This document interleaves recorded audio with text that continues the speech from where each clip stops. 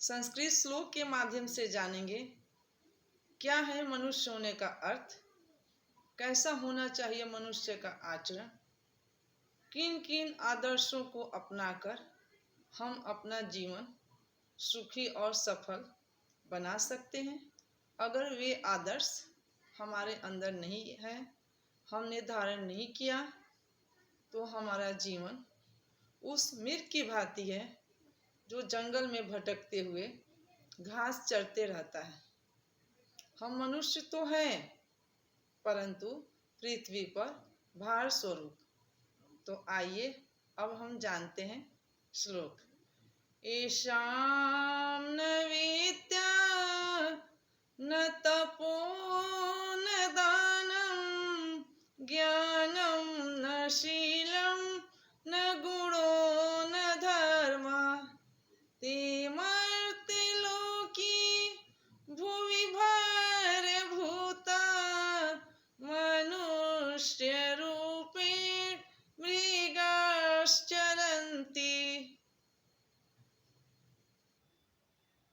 It means जिस व्यक्ति ने विद्या का अर्जन नहीं किया, पढ़ाई नहीं किया, वह व्यक्ति इस धरती पर भार स्वरूप है। नेक्स्ट है तप। तप का शाब्दिक अर्थ है तपना। जो भी काम हम करते हैं,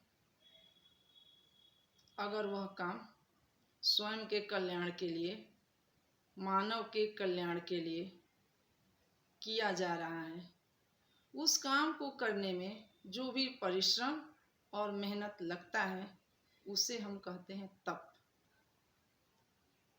Thomas Alva Edison, Wright brothers जो कुछ भी समाज को देकर गए, इस संसार को देकर गए, उसे भुलाया नहीं जा सकता, और वह था उनका तप।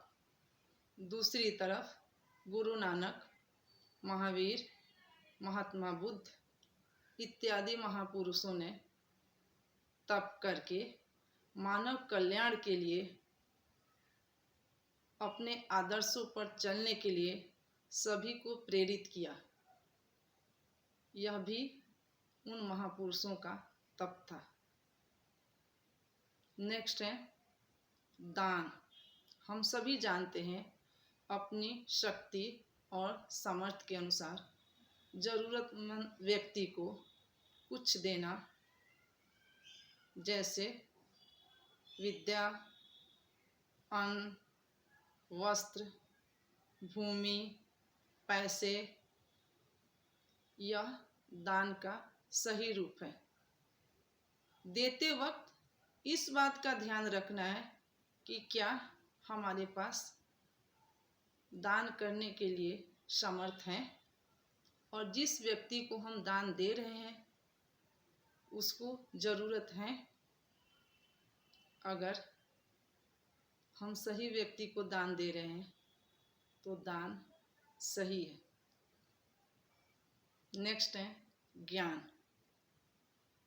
विद्या और ज्ञान दोनों अलग है। जरूरी नहीं पढ़ा लिखा व्यक्ति ज्ञानी हो, और यह भी जरूरी नहीं कि ज्ञानी व्यक्ति पढ़ा लिखा हो। कबीरदास ने खुद कहा है, मसी कागज छुओ नहीं, कलम गहो नहीं हाथ। मैंने कागज छुआ तक नहीं है और पेन हाथ से नहीं पकड़ा है, फिर भी आज हम कबीरदास के आदर्शों पर चलते हैं। उनके द्वारा कहे गए दोहे को पढ़ते हैं और अपने जीवन में धारण करते हैं। ज्ञान का संबंध स्वयं को जानना, मोक्ष प्राप्ति और ईश्वर प्राप्ति से है। नेक्स्ट है शील। शील का शाब्दिक अर्थ है आचरण, हमारा व्यवहार। अब तो आप लोग समझ ही गए होंगे। जिस व्यक्ति के पास ज्ञान होगा उसमें शालीनता जरूर आ जाएगी।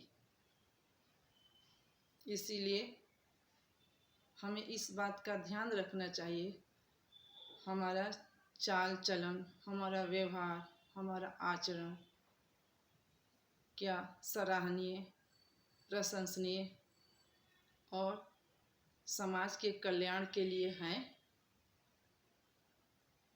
नेक्स्ट पॉइंट है गुण।